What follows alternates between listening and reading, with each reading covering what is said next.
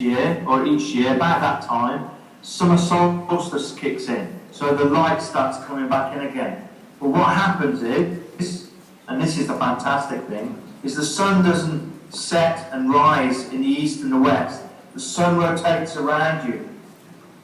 So it's constantly light, and it gets slightly dusk, if you like, then it's still always light as it travels around you. So it's an amazing place to be. In Antarctica, for 50 days, I didn't have any darkness at all. It was completely light as I was travelling through.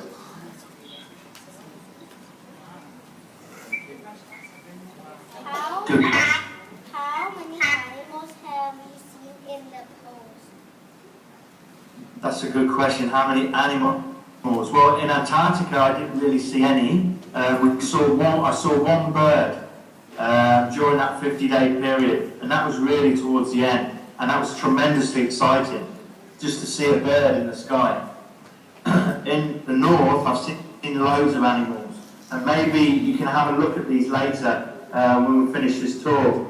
Everything from polar bears to muskox, which are like buffalo, to seals.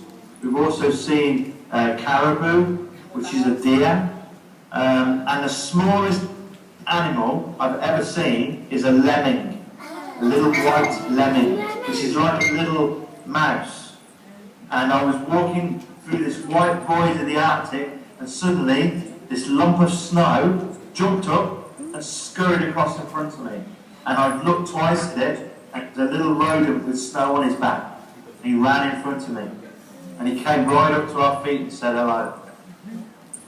Just as I haven't said this to any schools at all around the world, but as soon as you asked the question about animals, I've nearly finished a book, and we're going to try and do a film out of this as well, about an expedition to the North Pole, and it involves talking animals. So a children's book and a children's film. So as soon as I get that together, I'll send it to your school.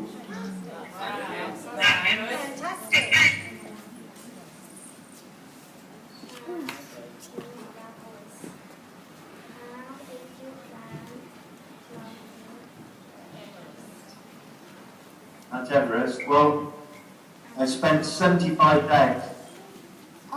I spent 75 days on the mountain, and just the thing about Mount Everest, when you head above 7,500 meters, they call it the death zone.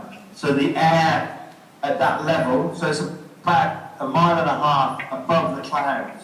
So when you go out of your school and look up in the sky, see the clouds, and imagine me standing 1.5 miles above those cloud level. But the oxygen that we breathe in every day is very, very thin. So you find it very difficult to breathe. And that's why they call it the death zone. And the blood in your body that moves around your body moves around very slowly. It's like thick soup. So the oxygen doesn't get to the vital areas of your body. So it's very dangerous to walk through. And it was a beautiful mountain. Standing way above the clouds, looking down on the clouds is an amazing thing to see. A beautiful place for planet. Would you want to climb Everest one day? Yes!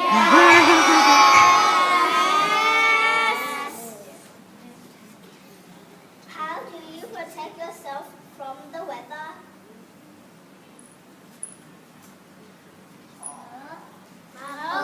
How do I protect myself? Well, I wear very high-tech. I wear very high-tech clothing. I wear big, fat, thick down jackets. And in fact, okay, so we'll do a little thing on the down jacket. The down jacket is a very thick jacket, and inside you've got feathers in there. And the air circulates around the feathers, and it keeps you warm, okay? Just the same as a polar bear.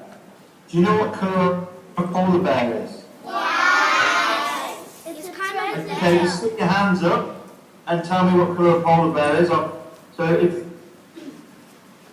the teachers would like to pick out a couple of the students to give a colour. White. Stasia. They wear white coats. Okay, white is one colour. I'm looking for a couple more. What other colour do they change into? You guys know that. They change, don't they, when they're camouflage? Ethan. Brown. Good boy. Okay, brown's a good colour. Polar bears aren't generally looking brown, but if you shave a polar bear, don't shave a polar bear. Shave a polar bear, the skin underneath is brown, and the nose is brown, and the paws are brown. So that's what I was looking for. Another one was cream. A lot of people say cream, but the actual hair. So if you pluck the hair of a polar bear and put it underneath a microscope, it's transparent, so you can see straight through the hair. And inside that hair is a little hole.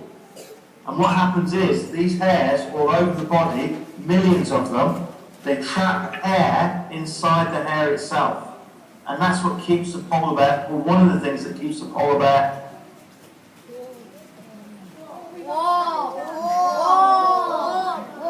So they can survive. nice and warm. Just like the down jacket that I mentioned. Okay, next question, I think. This is my last one.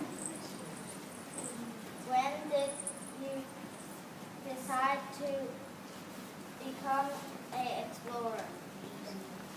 That's a good question to end on, isn't it? You know, I've been on 30 major expeditions around the planet, and I've also been on a lot of adventures with the military, different